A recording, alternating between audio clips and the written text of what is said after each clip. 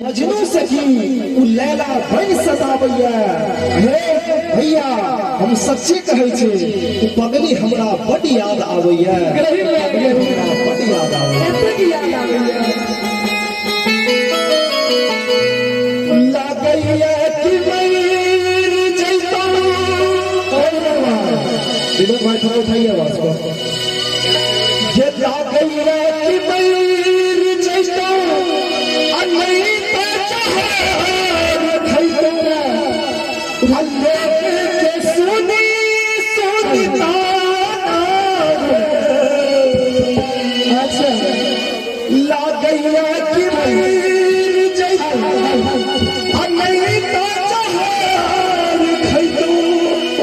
भैया सबके सुनी सुनता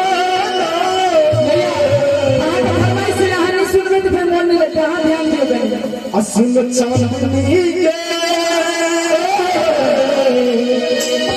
हुस्न पगली के पागल कहैया जमाना सुन पगली के पागल कहैया जमाना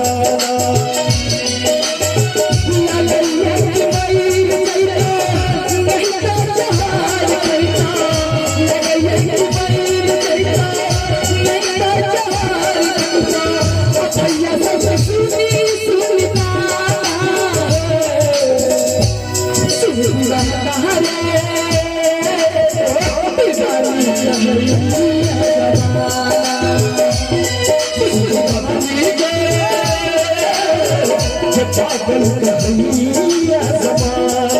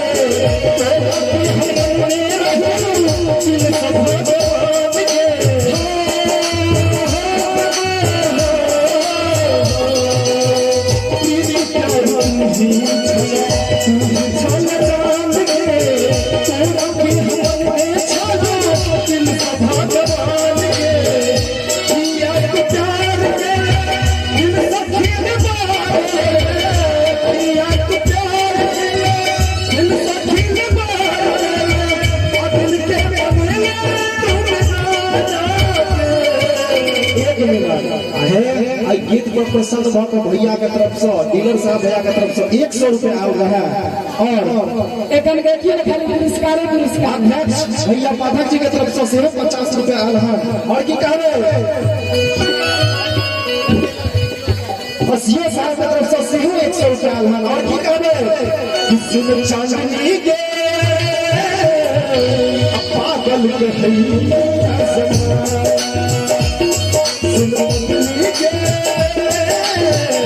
पागल कहैया जमाना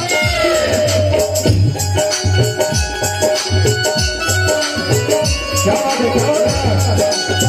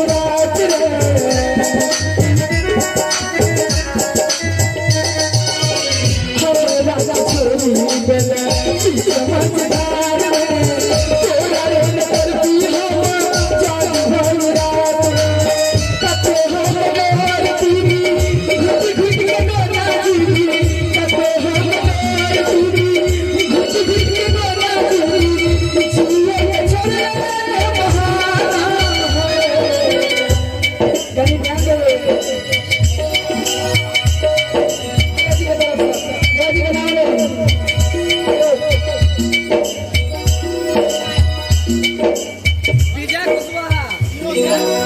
और सीओ साहब के तरफ से सेहो 501 रुपया आल है और 50 भैया के तरफ से सेहो आल है और की कहबे